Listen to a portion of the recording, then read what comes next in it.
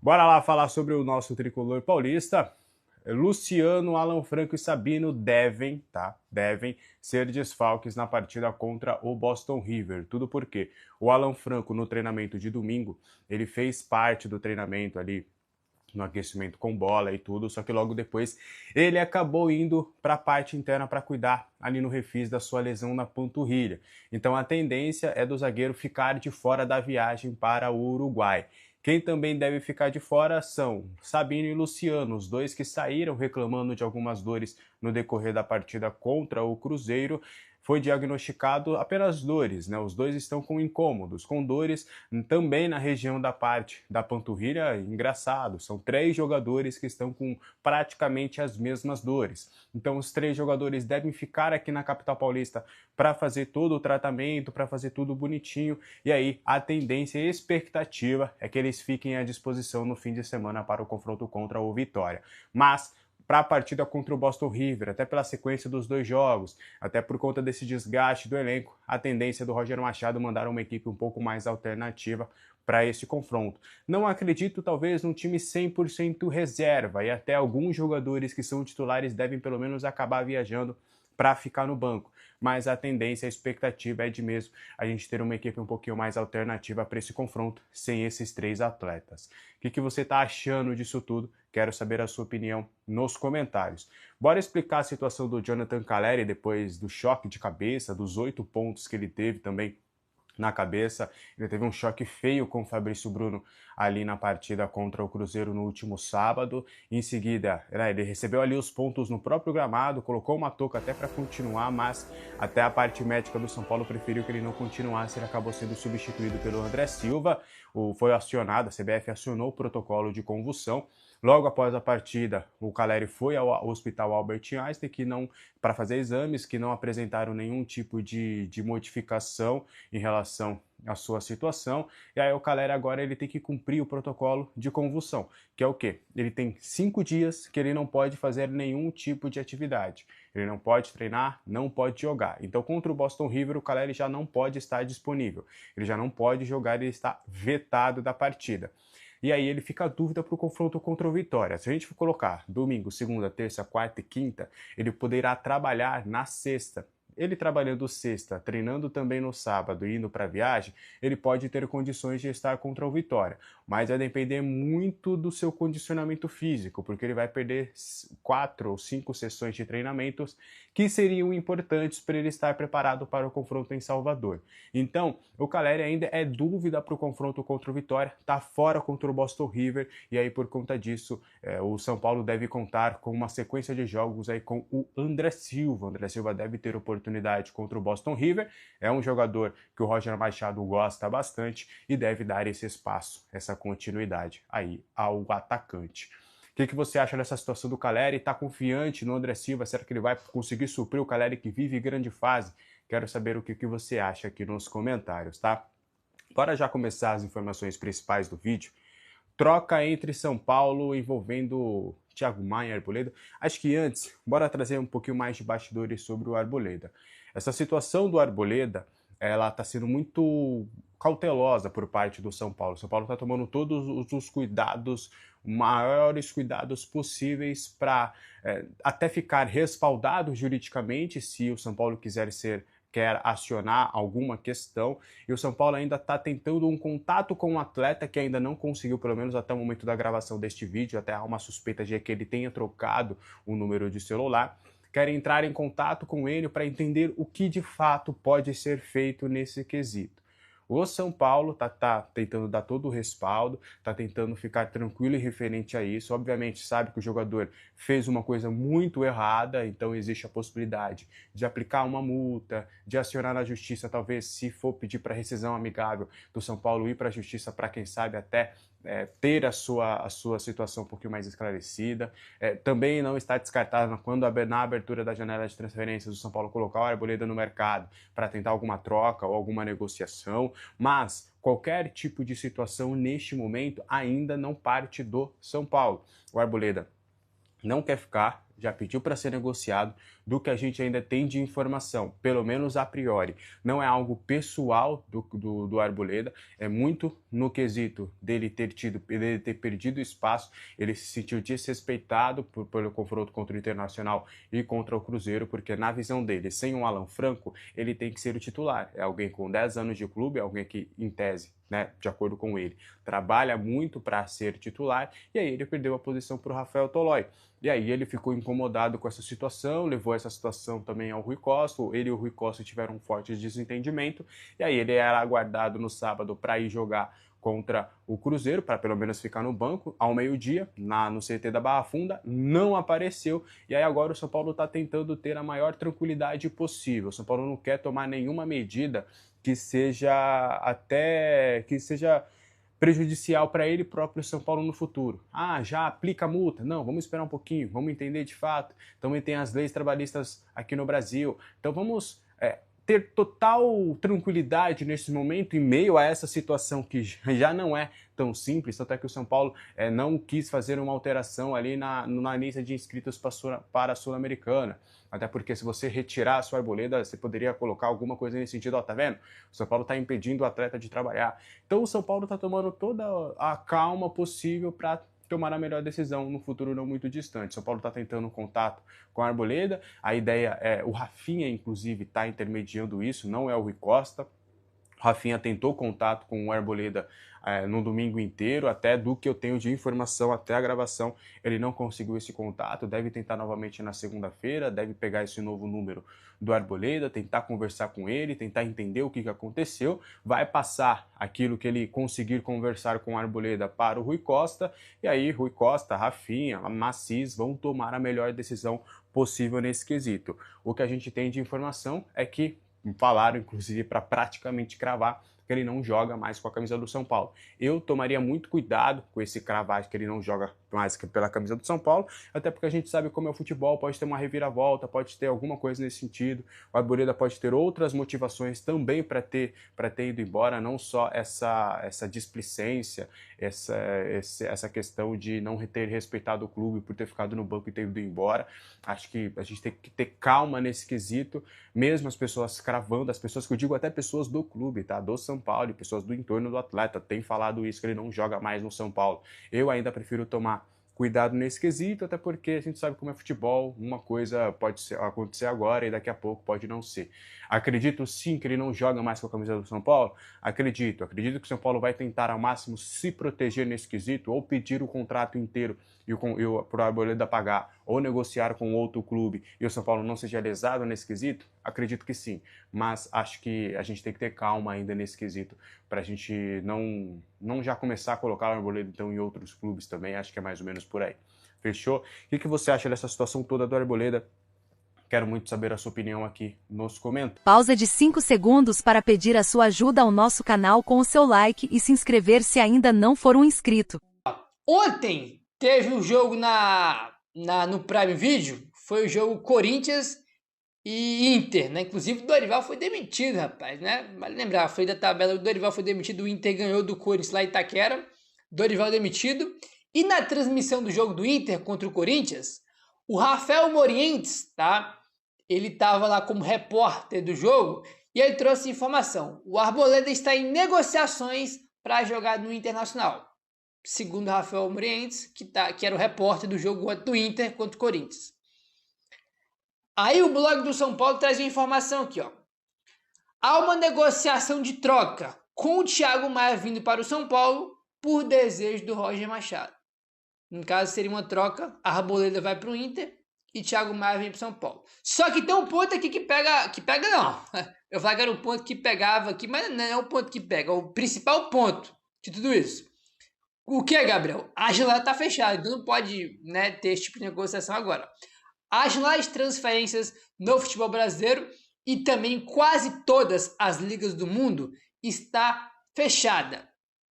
Tá? Existem ainda algumas janelas que estão abertas, mas é em mercado alternativo, né? Que as principais ligas do mundo estão todas fechadas aí e a janela só abre no meio do ano, né? Então, irmão, não tem como ter essa negociação aqui agora. É claro que pode ser que já tenha aí, né? Claro, a situação do Arboleda já tá insustentável, né? O cara sumiu, quer ir embora, não vai mais jogar aqui. Tá muito claro que ele não vai mais jogar aqui. Então, como é uma situação insustentável, pode ser que o São Paulo já esteja aí buscando caminhos alternativos para negociar a Arboleda. Isso faz sentido, né? Mas seria só para o meio do ano. Se for para negociar, claro que se rescindir o contrato com ele, rescinde, ele vai embora, acabou. Mas se o São Paulo for negociar a Arboleda, aí pode ser sim que esse negócio aí esteja em andamento, mas seria para o meio do ano, porque a janela está fechada. Então, vamos aguardar aí para ver se esse negócio vai para frente ou não. Eu confesso que eu não gosto muito da ideia, tá? O Thiago Maia já teve muitos momentos bons na carreira, mas já tem muito tempo, né? Já tem bastante tempo aí que ele teve momentos bons na carreira, né? Já vem uma decadência grande aí. Ontem ele entrou no finalzinho do jogo contra o Corinthians que eu estava assistindo, né? Depois que o Inter fez o gol no finalzinho, ele entrou, né? E já é um jogador mais velho também, cara, tem que já começar a olhar aí para essa questão de jogador mais velho. Só pode ter muito jogador com mais de 30 anos, a gente já viu, a gente tá vendo aí o Lucas, né? O Caleri mesmo que tá bem agora, mas teve muito problema no passado, né? Então você pode já ter que evitar trazer jogadores com mais de 30 anos. E o Thiago Maia tem, né? A não ser que eu esteja falando aqui a maior besteira do mundo. Vou até pesquisar aqui para não passar uma desinformação para vocês, mas eu acho que ele já tem aí mais de 30 anos. Ele é mais novo que o Arboleda, com certeza. O Arboleda tem 34, né? Na verdade, o Thiago Maia não tem 29, tá quase lá, né? Errei por pouco, ele tem 29 anos aí, o Arboleda tem 34, né? O Arboleda tem 5 anos aí a mais que o Thiago Maia, mas mesmo assim, no retiro que eu falei, cara, já é um jogador que tem decadência, já é técnica ao longo da carreira, já teve ótimos momentos, como eu falei, né? Ele surge no Santos bem pra caramba, teve bons momentos no Flamengo, ali especialmente quando o Dorival tava lá. Mas, cara, assim, não me anima nem um pouco. Aí não, né? Mas vamos ver se esse negócio é pra frente ou não, né? Fica aí meu alerta, só assim, achei o São Paulo pouco consistente. Achei o São Paulo muito agressivo nas jogadas, achei as jogadas ofensivas muito bem construídas. De novo, palmas para o Roger Machado, mérito integralmente dele, tá de parabéns. Neste jogo foi muito bem. O São Paulo, inclusive, estava evitando cruzar bolas. Eu tenho certeza que o Roger deve ter chegado assim, eu vou meter uma porrada em quem não é um cruzamento, porque os caras não estavam cruzando, tá? Os caras não estavam cruzando. Então, assim, o São Paulo se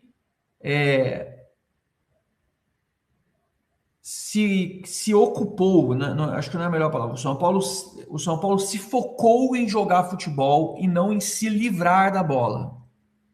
E não em tocar, cruzar de qualquer maneira, não em de tentar achar logo os atacantes na área, porque tinha o Caleri e o Luciano. Já não ficava mais com aquele passezinho xoxo de lado.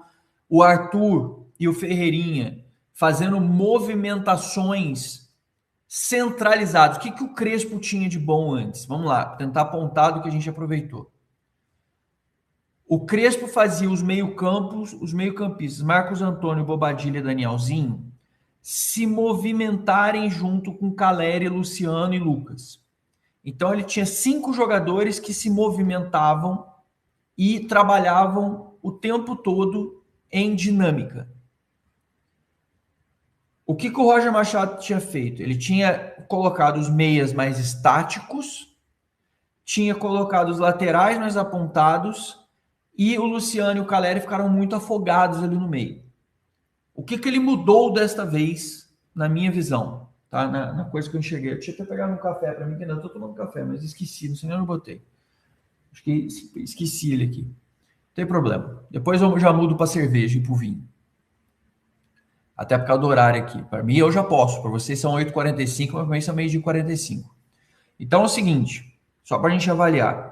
A movimentação dos jogadores, que antes era feita pelos meias, para dar agilidade e para dar flexibilidade para o ataque, a gente não ser tão dependente de cruzamento, com o Crespo, o Roger Machado fez essa movimentação acontecer com os pontas. Então não era difícil você ver o Ferreirinha e o Arthur, eles infiltrando na defesa, fazendo um movimento de facão, enquanto o Caleri ocupava os zagueiros com pivô, tanto que o pênalti do Arthur, ele saiu com o Marcos Antônio fazendo a armação, tá? Fazendo a armação, e o Arthur infiltrando. Qual é o problema disso? Do que a gente está falando? O Luciano e o Caleri ficam muito restritos a trabalhar próximo da área. Então, eles viram presa fácil para os atacantes, para os zagueiros. Para eles se desmarcarem e conseguirem receber a bola, eles precisam ter ou uma falha de marcação ou que alguém puxa a marcação no outro lado, por exemplo, um ponta puxa a marcação e a bola sobe. O que aconteceu quando o São Paulo pegou o contra-ataque do Cruzeiro? Pegou no contra-ataque do Cruzeiro. O Caleri, ele estava mais recuado que o Luciano, e o Luciano era o homem de frente que fazia a última parte da linha. É uma mudança muito grande, assim, até na parte de composição defensiva. Quem fez isso de alguma vez parecido foi o Carpini, que colocou o Caleri para marcar na esquerda e deixava o Luciano mais centralizado ali. Na época, ele chegou a usar até o Nicão como meia. Naquela época, a gente chegou até a lembrar de ver o Nicão ali centralizado. A questão é o seguinte, o Luciano tá muito mal nesse esquema. E já tem a questão do Arboleda lá, que já gerou um ruído. Então, assim, tem muito jogador que também não tá feliz com o que tá acontecendo. Mas isso é uma outra história. Vamos falar sobre a parte tática. A parte tática, com o Luciano ficando mais centralizado, mais à frente, o Caleri mais atrás. Deixa eu ver se eu consigo montar aqui rapidinho para vocês, porque senão talvez eu não consiga explicar tão bem assim. Vamos ver. Deixa eu abrir aqui a pranchetinha aqui para tentar explicar o que eu vi, né? Cada um tem a sua análise. Deixa eu pegar aqui para vocês. Eu vou posicionar o ataque aqui, como eu vi defensivamente e depois ofensivamente. Presta atenção como é que o São Paulo estava marcando. Ó. O Luciano estava marcando aqui. Pode pegar aí, ó, qualquer página aí que vocês vão ver. O Luciano estava marcando o São Paulo defendendo, tá? Quando o Cruzeiro atacava. O Cruzeiro está aqui, vinha a linha de defesa. O Luciano estava defendendo aqui. O Caleri estava atrás do Luciano, fazendo cobertura. O Ferreirinha descendo para fazer a marcação mais centralizado aqui, ó, como se fosse quase que um jogador de linha de volante. Ele não estava marcando aberto. Quem estava marcando aberto era o lateral. Ou seja, o Ferreirinha descia para ajudar a composição do Marcos Antônio. O Arthur descia para fechar a composição do Lucas Ramon, que estava aqui, e do Bobadilha. Tá? Então, assim, preste atenção que ele fez um sistema que protegesse melhor o Luciano, porque ele sabe que o Caleri marca melhor. Isso defensivamente. Aí, obviamente, os zagueiros aqui. Esse sistema ficou um pouco exposto ainda, porque Ferreirinha, Arthur, Caleri e Luciano não são grandes marcadores. Esse é o risco de você partir para o ataque para você fazer as coisas. Agora vamos mudar para a gente ver o sistema, como é que estava a parte ofensiva. É óbvio que o jogo ficou condicionado, porque o São Paulo fez o gol primeiro. Se o Cruzeiro faz o gol primeiro, quem dá o contra-ataque para o Cruzeiro é o São Paulo. Vamos lá. Aqui você tem o Caleri, o Luciano, o Ferreirinha e o Arthur. Então, é quase um 4-2-4 ao invés de um 4-2-3-1. Mas o Luciano recua um pouco para poder buscar a bola. Ele fica solto para poder trabalhar.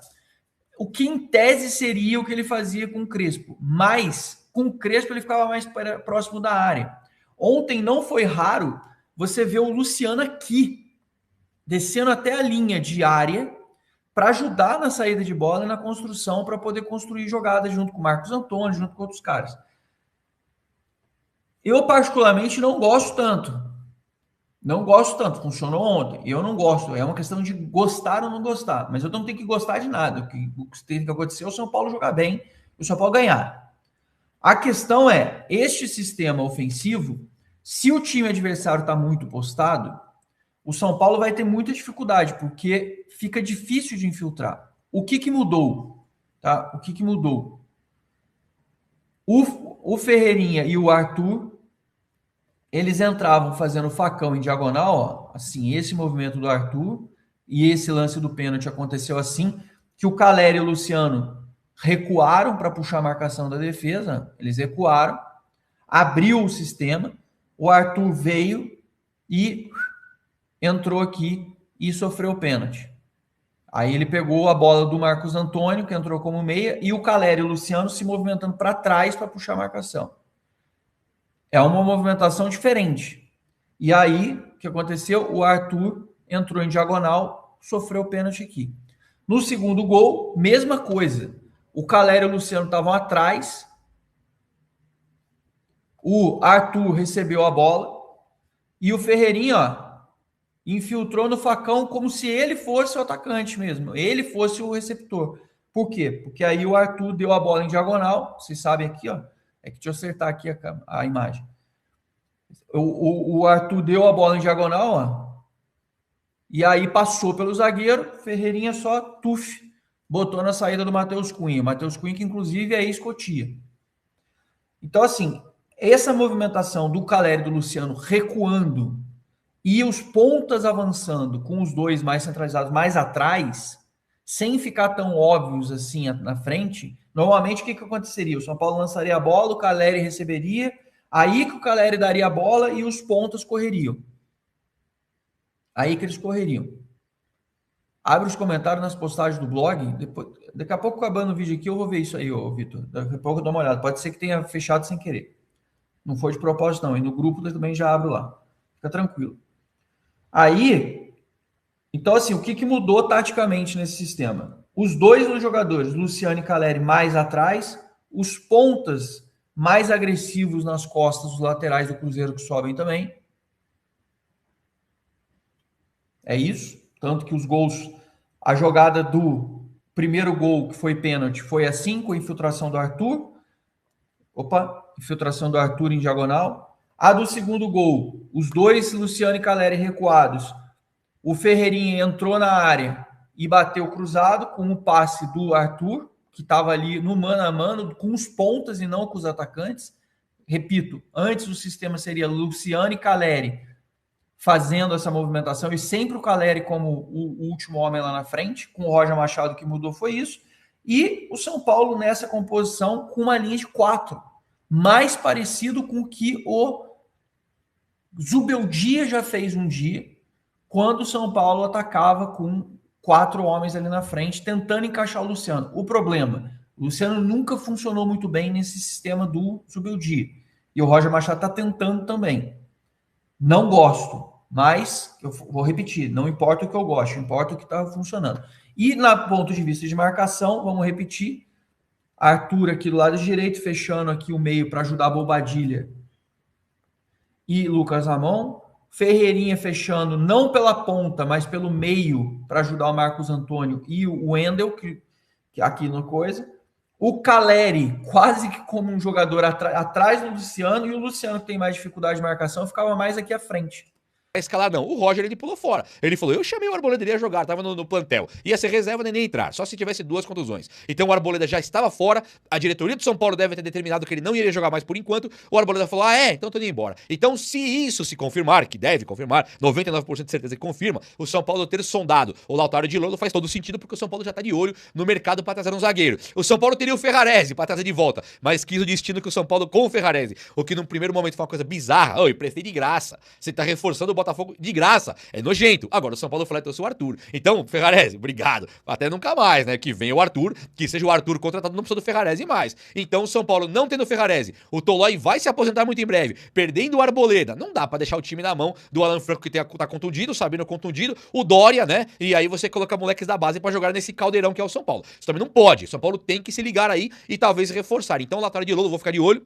Mas tá hoje no campo da sondagem, onde o São Paulo poderia sim tentar essa contratação de maneira até um pouco emergencial. Mas é um cara de 22 anos, não seria uma coisa tão emergencial assim, seria um cara mais pra você chegar, trazer e deixar aqui pro futuro, né? Um cara que ganhou força absurda mesmo no time do São Paulo, chama TT. O atacante ponta do São Paulo, da equipe de base, ele ganha força absurda. E aí você olha no meu olho e fala assim, Gilbão, mas o Henrique Carmo não era pra ter tido essa força? O William Gomes, o Lucas Ferreira, não era pra ter a mesma força? Não. E eu te explico por Por quê? Porque quando os técnicos do São Paulo eram Zubeldia e também Hernan Crespo, o São Paulo não tinha os pontas como característica principal. Era uma obrigatoriedade de centralizar Luciano e Caleri, e aí Lucas Moura com o Crespo, por exemplo, jogou também centralizado. Então o São Paulo não tinha a figura do ponta. Quando chega o Roger Machado, o Crespo, por exemplo, só pra ter uma ideia, tinha lá Danielzinho, Marcos Antônio e Bobadilha. Ali nós tínhamos um time claramente dependendo do trio de volantes. Então ter volante reserva, como Jorge, por exemplo, brilhando, Negruti, Hugo Leonardo, tinha que ter brilhando ali, porque o Crespo, ele precisava de volantes para engrenagem rodar. Agora o Roger Machado ele fez uma coisa histórica no São Paulo. O Roger Machado não melhorou. Você vai falar, agora você é fã do Roger. Não, claro que não. Nem queria no São Paulo. Agora, já que tá lá, tô apoiando, o cara mudou o São Paulo e colocou 2 atacantes de ponta com o Caleri. E isso é muito louco. Ah, o Luciano não vai estar no próximo jogo, vai colocar um volante. Não muda nada. Marcos Antônio cria melhor que o Luciano ali. Danielzinho também. O Luciano é bom atacante, fazendo gol. Faz muito mais gol que o Marcos Antônio e o Danielzinho juntos. Agora, pra criar no meio campo, camisa 10 ali, Marcos Antônio é 1000 vezes melhor. Até o Danielzinho que é volante. Até o Bobadilha que é volante. Então, se o São Paulo mantiver a configuração de ponta direita, Arthur, ponta esquerda, Ferreirinha, centroavante e mais o meio campo, o São Paulo tem necessidade de ter caras como William Gomes, Henrique Carmo, Luca, TT. Você percebe que agora precisa, agora o ponta torna-se fundamental. O Roger não pode entrar terça-feira agora na Sul-Americana, colocar o time reserva com 3 zagueiros, por exemplo. Isso não existe. Aí o São Paulo perde, ele mudou a configuração tática. Onde que o trabalho do Roger Machado deu certo? Quando ele colocou 2 pontas. Então tem que ter 2 pontas. O Luca tá na seleção, beleza, por enquanto ainda. Então vamos ter que colocar aí o TT de ponta direita. O TT deve ser titular do São Paulo na ponta direita da Sul-Americana agora. E o ponta esquerda deve ser o Ferreirinha. O Ferreirinha não jogou a carga que o Arthur jogou esse ano aqui. O Ferreirinha, desde que começou 2026, ele é banco, ele joga pouquíssimo, ele não tem jogado. Então o Ferreira tá inteiro, fisicamente tá muito inteiro. Ele jogou agora, entrou no penúltimo jogo, e no último, que foi ontem, ele entrou titular e jogou 90 minutos. Mas o Ferreirinha é um cara que não está jogando sempre. Então, pra Sul-Americana, não tem os 11 reservas certinho. Pô, Coronel, coloca na zaga ali, vai ter que colocar ali o Dória e mais um, talvez o Tolói, sei lá. Aí quando você colocar Mike, Enzo Dias, Pablo Maia, Danielzinho, você mudou todo mundo, Cauli, André Silva e a ponta. A ponta vai ter que ser o TT e aí pode entrar o Ferreirinha também. Só que o TT é um jogadorzaço mesmo, que tem feito a diferença, sempre fez gol olímpico, fez gol na categoria de base, tudo que foi jeito. Um cara veloz pra caramba que encantou o técnico do São Paulo, que foi falado já e que agora ele deve jogar como titular na terça-feira para fazer história no tricolor paulista. E quando o ponta do São Paulo, ele entra para jogar, o mundo inteiro fica de olho e vem babando para tentar contratar. O São Paulo não deve vender não, mas se for vender, que peça 400 milhões e vamos virar aquela página tenebrosa de vender jogadores da equipe de base baratésimo. É ou não é? O vídeo de hoje foi esse. Já sob a grande vitória do São Paulo diante do Cruzeiro no estádio do Morumbis, Roger Machado apoia veementemente a titularidade de um novo reforço do clube no setor ofensivo após ótimos desempenho desde sua chegada. Em noite mágica, o tricolor bateu o rival mineiro pelo placar de 4-1 no Morumbis e garantiu de vez a segunda posição do Campeonato Brasileiro. Desta maneira, Roger ainda segue comemorando a chegada do último reforço são paulino na reta final da última janela de transferências. Trata-se do atacante Arthur, jogador que chegou ao clube por empréstimo através do Botafogo. Desde sua chegada, Arthur disputou 2 jogos com o manto tricolor e assumiu a titularidade da equipe, tendo um dos melhores desempenhos dos jogadores são paulinos dentro de campo. Para se tornar titular absoluto no time de Roger Machado, o ponta-direita Arthur vem aproveitando muito bem a vaga deixada por Lucas Moura, atleta que fraturou 2 costelas recentemente. Tapia e André Silva, outros atletas que lutavam por uma vaga na titularidade, certamente estão atrás do novo reforço do clube e a comissão técnica nem cogita deixar Arthur de fora da equipe principal. E aí, torcedor? Valendo de 0 a 10, que nota você dar para a contratação de Arthur pelo tricolor? A minha é 8.